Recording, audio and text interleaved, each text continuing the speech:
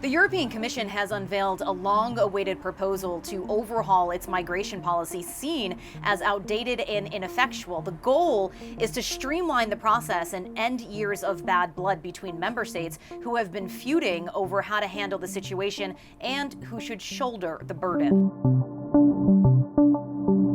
The plan has three main pillars, but the most contentious by far is this mandate on participation. That could include relocating asylum seekers, returning individuals, or providing logistical support. But if a crisis hits, all countries would be required to take in people or to send them back. The other parts of the plan provide support to countries where migrants are coming from so they don't have an incentive to leave in the first place, beefing up security checks at the borders, and also making the overall process much faster so there isn't the backlog of people in camps like we saw in Moria.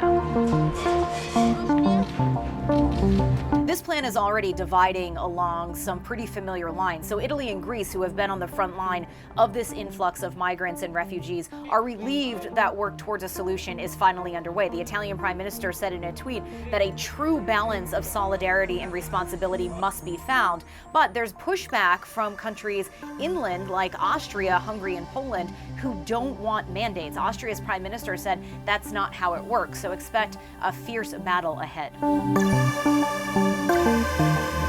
The battle is really just beginning, so this proposal now needs to be debated and agreed upon by all 27 member states.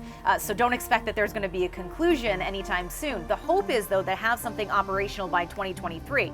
Now, Europe is certainly not in the same place as it was in 2015 when more than 1 million refugees and asylum seekers crossed its borders. Most migrants now come to Europe legally, but migration is as old as time. So for Brussels, this plan is about a long-term solution so that Europe is prepared. It's also a way to protect those who are risking their lives in search of a better life, some of whom never make it to Europe's shores.